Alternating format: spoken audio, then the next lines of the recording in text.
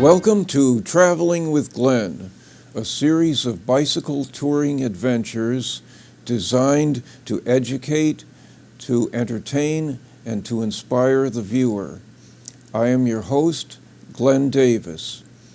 Today's adventure is Hawaii, the 50th state.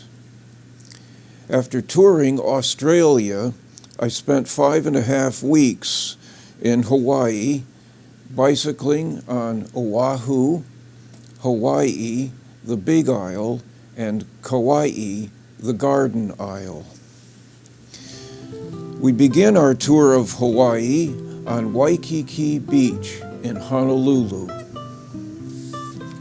This is the Arizona Memorial, which honors the battleship and those who died aboard her on December 7th, 1941, when the United States was attacked by the Empire of Japan. The Wall of Honor contains the names of 1,177 sailors and Marines who died aboard Arizona. Gun turret number 3 is the only part of Arizona above water.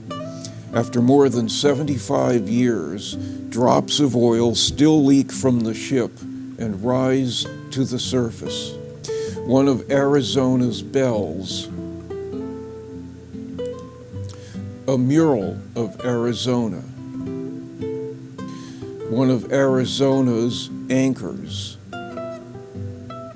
Moanatua Bay and Cocoa Head from Diamond Head.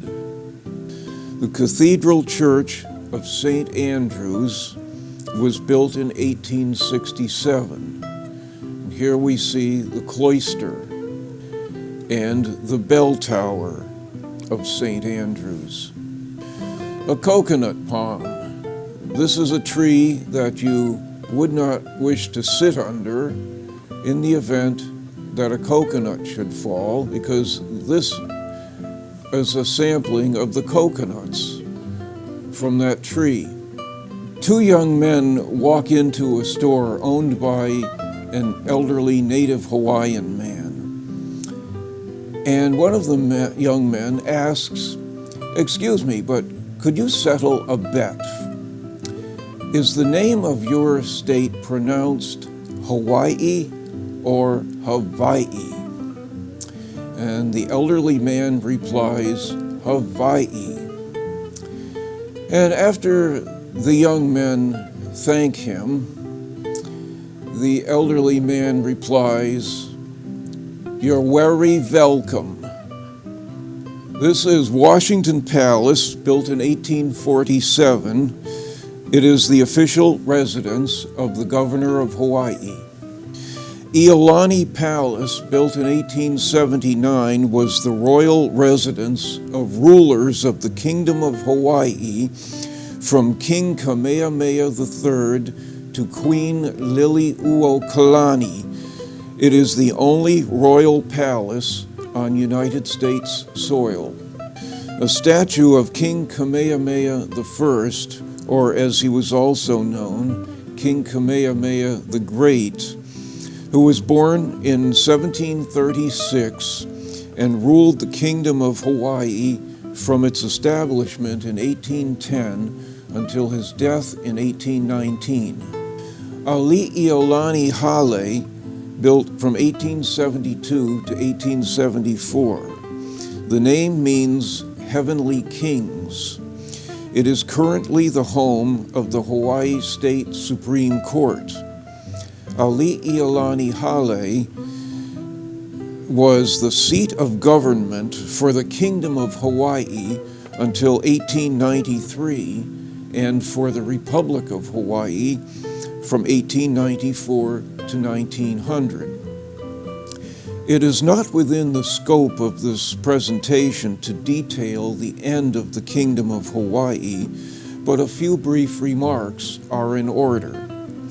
By the early 1890s, an unrest had grown between native Hawaiians and outsiders who sought to protect themselves by establishing a committee of safety, which was a mix of civilians and United States military. In January 1893, the committee overthrew Queen Liliuokalani and the Kingdom of Hawaii without the knowledge or approval of United States President Grover Cleveland, who declared the committee's actions illegal. Meanwhile, the Queen, now deposed, ordered the beheading of all those involved in her overthrow. President Cleveland offered to restore Queen Liliuokalani to the throne if she took no punitive action against the deposers. She refused and thereby lost her kingdom. In 1894, the Republic of Hawaii was created, and in 1900, the United States formally annexed Hawaii as a territory. Kawaiahau Congregational Church, built from 1836 to 1842, is constructed of native coral. This is Frangipani. Mission House, circa the 1820s, was built in New England, taken apart board by board, and shipped to Honolulu and rebuilt. Central Union Church is constructed of native coral. The coastline on the northeast side of Oahu. Not many people live on this side of the island. A lighthouse at Diamond Head Beach State Park. The coastline east of Kaina Point. Note how deserted the beaches are in contrast to the south side of Oahu. The coastline and mountains south of Kaina Point. We are now on Hawaii, the Big Isle. After a tiring 4,000-foot climb from Hilo, we arrive at Hawaii Volcanoes National Park, established in 1961. This is Kilauea Volcano, which has an eruption history of hundreds of years. It has been in almost constant eruption since the 1980s.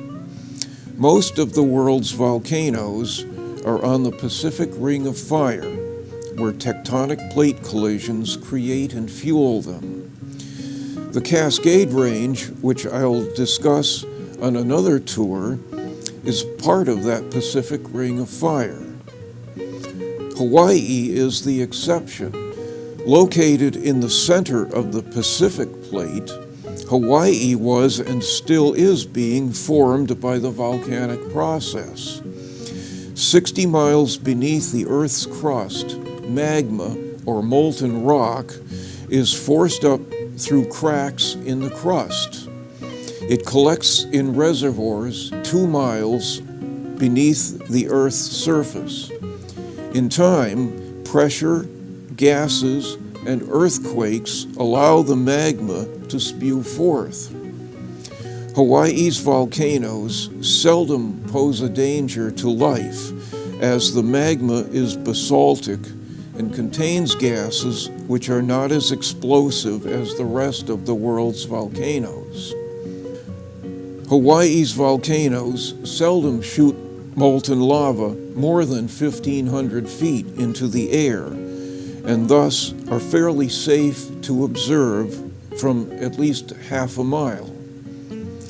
As the lava flows seaward, it forms a crust around itself which becomes a tube, completely insulating it and allowing the lava to maintain its 2,000 degree Fahrenheit temperature for tens of miles. The National Park Service does not allow visitors to get close to the lava for fear of inhaling toxic gases or of falling through the brittle lava tube and being instantly vaporized. One of the craters of Kilauea. Ohia Lehua, which we call bottle brush. Pahoehoe lava, This is a very ropey sort of lava. It oozes slowly. The koa tree is found only in Hawaii. Mauna Loa is the largest mountain in the world. It is not the tallest above sea level. That distinction goes to Mount Everest. Mauna Loa is 32,000 feet high, 18,000 feet below the sea, and about 14,000 feet above sea level. Mauna Loa, like all Hawaiian volcanoes, is a shield volcano.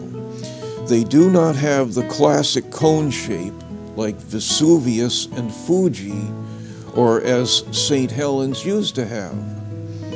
Mauna Loa, like other shield volcanoes, looks like a shield laid down or a saucer turned upside down.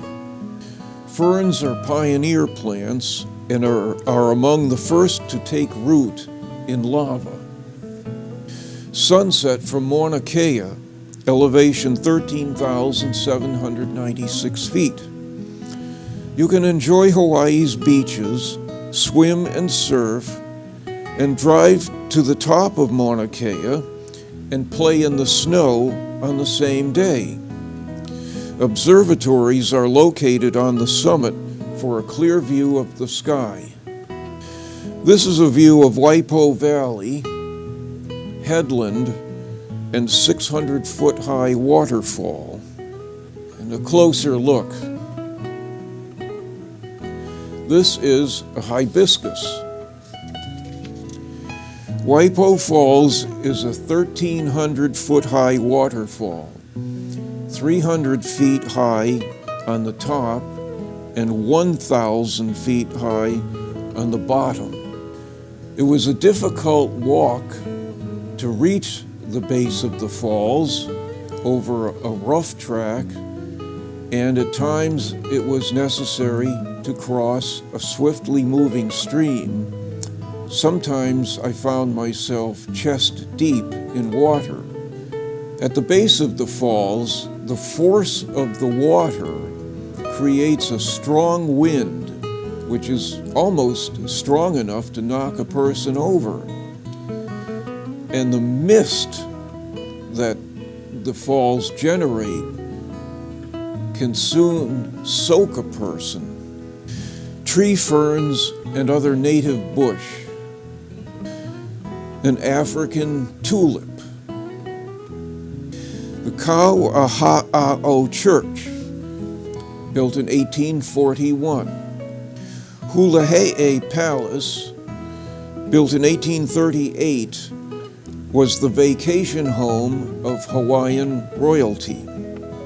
In Kailua, the Hawaiian capital, from 1812 to 1819, we see from left to right the House of Spiritual Power, the House of Drum, Oracle Tower, and various totem poles.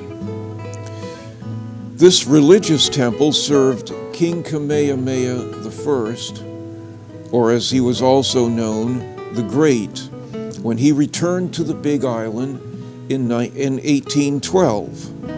It was the center of political power until King Kamehameha I died in 1819. Note the nearby Pacific Ocean. This area was heavily damaged by a tsunami in 2010.